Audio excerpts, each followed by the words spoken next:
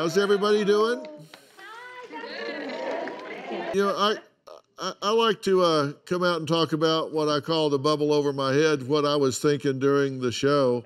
If anybody's got any questions, you can ask them. I think the main thing I wanted to get across is we showed pictures of the neighborhood. Did you see how nice it looked? Because he was a landscape guy, right? Yep. So everything was trimmed, everything looked nice. People drive by and say, oh, wow, doesn't that look like a nice little neighborhood? But we drive up and down the streets in America, and you look at every house, and it's got a little picket fence out front, and it's got grass and a car in the driveway. They all look alike, but one house right here might be happy and well-adjusted, kids full of joy, and the house right next door may look exactly the same, and god-awful, horrible abuse be going on in there. Law enforcement only knows what they're told. And so, if we always say, if you see something, say something. And it's also, if you don't see something, it's like if you know kids live in a house and you never see them outside. You never see them outside. What the hell's going on? And if you do see something that causes you to be concerned, don't just say something, do something. And most people don't know what to do. And here's what to do. You call the county sheriff's office. You can call 911, but you can also call the county sheriff's office, and you don't even have to give your who you are. You can or not. They'll keep it confidential. But you ask for a wellness check. You just say, I live across the street from or in an apartment building with or close to somewhere that there are children, and, they look underfed or they're terribly dirty, or I never, ever see them outside that house. I've seen them get out of the car and go in, but I don't ever see them come out. That's just not right.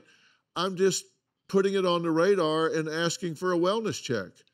And they'll go by without warning and knock on the door, and it can make a difference of a child that's been sitting there for 3 years praying to God that somebody will say something, somebody will do something. And one of the concerns that I have right now about children not being in school is where we have mandated reporters. Okay, teachers, administrators, cafeteria workers, coaches. These are mandated reporters that have eyes on children, that if they see something, a bruise or malnourishment or anything that they hear that causes them concern, by law, they're required to report it. And right now, with so many children not being in brick and mortar classrooms, then we have hundreds of thousands of teachers that are not being able to watch over these children. And as a result, some Department of Child and Family Services and some Child Protective Services report that their referrals are down 60, 70%. Now, that doesn't mean that abuse has gone down 60 or 70%, obviously. It just means that it's not getting reported because it's not being seen. Those children are suffering and it's not getting reported. Which is why I think it's so important that as soon as we can safely do so, we need to get these children back in those classrooms. And I say safely. I'm not saying we just recklessly throw children back in there, but there are educational deficits that are happening. There's abuse that's going on that's not being reported. It's a very high price to keep those children out of school. There's also a risk of going back in and them getting infected or them infecting their teachers. There's a balance. You have to work it out, but just understand that we're the eyes and ears.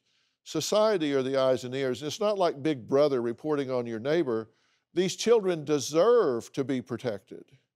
And so we just need to pay attention and report something when you see it.